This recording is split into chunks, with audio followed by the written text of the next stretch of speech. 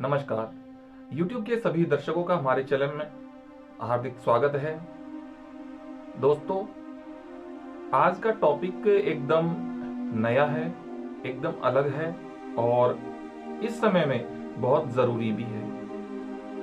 हमारे पास बहुत सारे कमेंट्स के द्वारा ये क्वेश्चंस पूछे जा रहे हैं कि सर, क्या कोरोना काल में हमें बेबी कंसीव करना चाहिए या नहीं चाहिए। और बात सही भी है कि ये वैश्विक महामारी जो एक बड़ी विपत्ति सभी लोगों पर, पूरे विश्व पर आई हुई है, ये आखिर क्या है, ये अपने मन से क्या नियम लागू करती है ज्योतिष के लिए या बेबी कंसीव करने के लिए या किसी भी प्रकार के शुभ मुहूर्त के लिए। ये क्या इसके नियम बनते हैं, क्या रूल्स हैं, क्या हमें करना चाहिए, किस तरीके से हमको इससे बचकर के रहना चाहिए, या हमारे अगर हम कंसीव करें तो हमारी संतान को बचाना चाहिए, या क्या हमें करना चाहिए। तो देखिए, इसी के लिए मैं ये वीडियो बहुत ही जरूरी समझते हुए आपको बताना चाह रहा हूं कि ये बिल्कुल सही बात है कि हमें इस बीमारी में या इस वैश्विक महामारी में बेबी कंसीव का प्लान करने से बचना चाहिए, ये सत्य है। लेकिन उसके बावजूद भी आप कहेंगे कि हमने कई डेट्स भी दी हैं और कई सारी चीजें हैं जो पिछले महीनों से जो चलती आ रही हैं, हम लोगों को डेट्स बता करके और बेबी कंसीव करने के लिए एक उचित समय बता रहे हैं। लेकिन सच्चाई यह है, देखो, कि हर व्यक्ति को एक हर चीज की नॉलेज होना और समझना जरूरी होता है। बाकी वो अपने मन से सब कुछ करता है, क्योंकि हर व्यक्ति की एक अलग अलग मजबूरी होती है। कई लोग, बहुत सी दंपतियां कोरोना काल में घर बैठे हुए हैं और एक इस समय को वो ये सोचते हैं कि हो सके कि बेबी प्लान कर लिया जाए तो ठीक रहेगा, बाकी बाद में इधर उधर अस्त व्यस्त हो जाएंगे। हस्बैंड वाइफ हैं, एक अलग अलग जगह जॉब करते हैं, तो कई सारी परेशानियां उनके सामने होती हैं। तो उनके लिए हमने मुहूर्त वगैरह दिए और दे भी रहे हैं और आगे भी रहेंगे। लेकिन जो वास्तविकता है वो ये है कि इस महामारी के समय बेबी प्लान करने से थोड़ा बचना चाहिए। लेकिन जो लोग कर रहे हैं और करना चाहते हैं, उनको इसके लिए एक शुभ मुहूर्त की आवश्यकता है और कुछ नियमों की, कुछ पूजा की आवश्यकता है। उन सभी कार्यों को करके बेबी प्लान करे तो अच्छी बात है। बृहस्पति ग्रह की पूजा करके, गर्भाधान का संकल्प लेकर के, सूर्य देव की आराधना करके, चंद्रमा की आराधना करके, इन सभी ग्रहों की आराधना करके, पूजा करके या नवग्रह शांति करके, इस प्रकार की पूजा करवा करके और गर्भाधान करें, या फिर ना कर सके तो एक शुभ मुहूर्त की जरूरी आवश्यकता है। और ये शुभ मुहूर्त आप अपने हिसाब से निकालने की कोशिश ना करें, क्योंकि अगर आप निकालेंगे तो आप पुत्र संतान से रिलेटेड जो एक शुभ मुहूर्त होता है वो एक अलग चीज है, पुत्र संतान का होना। लेकिन एक संतान का अच्छी और निरोगी होना एक अलग बात है। जहां वैश्विक महामारी की बात ये नहीं है कि इसमें आप कंसीव करोगे तो आपको बेटी हो जाएगी और बेटा नहीं होगा।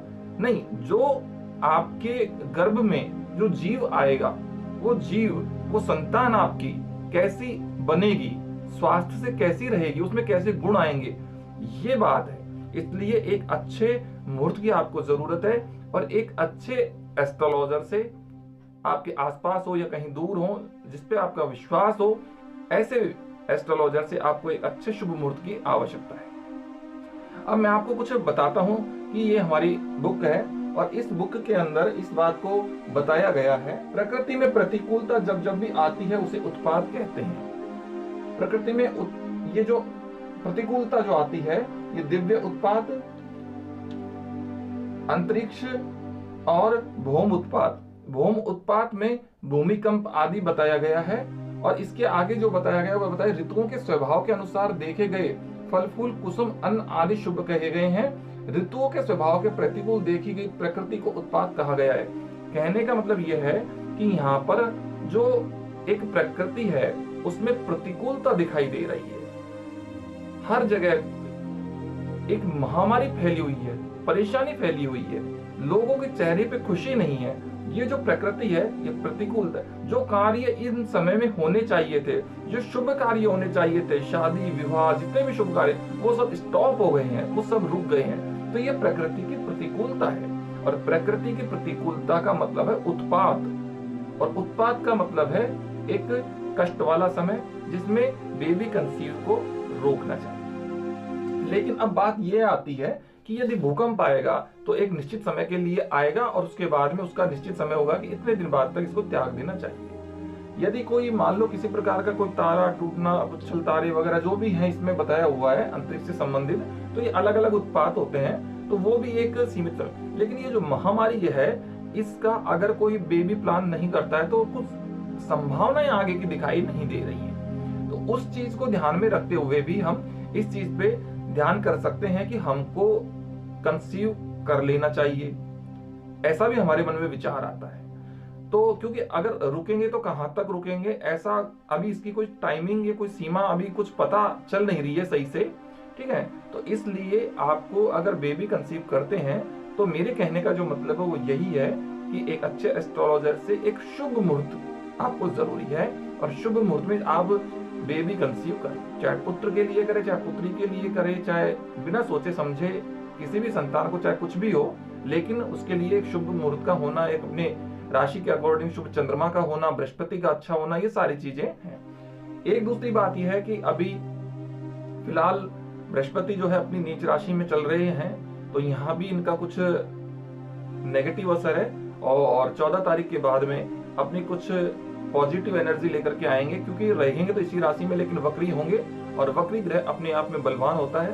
तो इसके बाद में इसकी कुछ एनर्जी, जो नीच राशि में अगर कोई ग्रह बलवान वक्री होता है तो उसके असर अच्छे होते हैं, वो उच्च जैसा कार्य करता है। तो इसलिए इसके रिजल्ट्स कुछ अच्छे मिलने की संभावना है। तो 14 तारीख के बाद में कंसीव करने का यदि प्लान बनाते हैं तो बना लीजिएगा, लेकिन उसके बावजूद भी एक बात का ध्यान रखें कि शुभ मुहूर्त का होना जरूरी है। अपनी राशि के अकॉर्डिंग, अपनी राशि के अनुसार अच्छा शुभ मुहूर्त देखें। पुत्र संतान का चाहते हैं तो पुत्र संतान के अलग से मुहूर्त देखें, और पुत्री के लिए चाहते हैं तो उसके लिए अलग से मुहूर्त देखें। सबके लिए अलग मुहूर्त देखें, लेकिन शुभ मुहूर्त का होना भी जरूरी है। उसमें शुभता का आना अपनी राशि के अकॉर्डिंग जो होता है वो होना बहुत बेहद जरूरी है।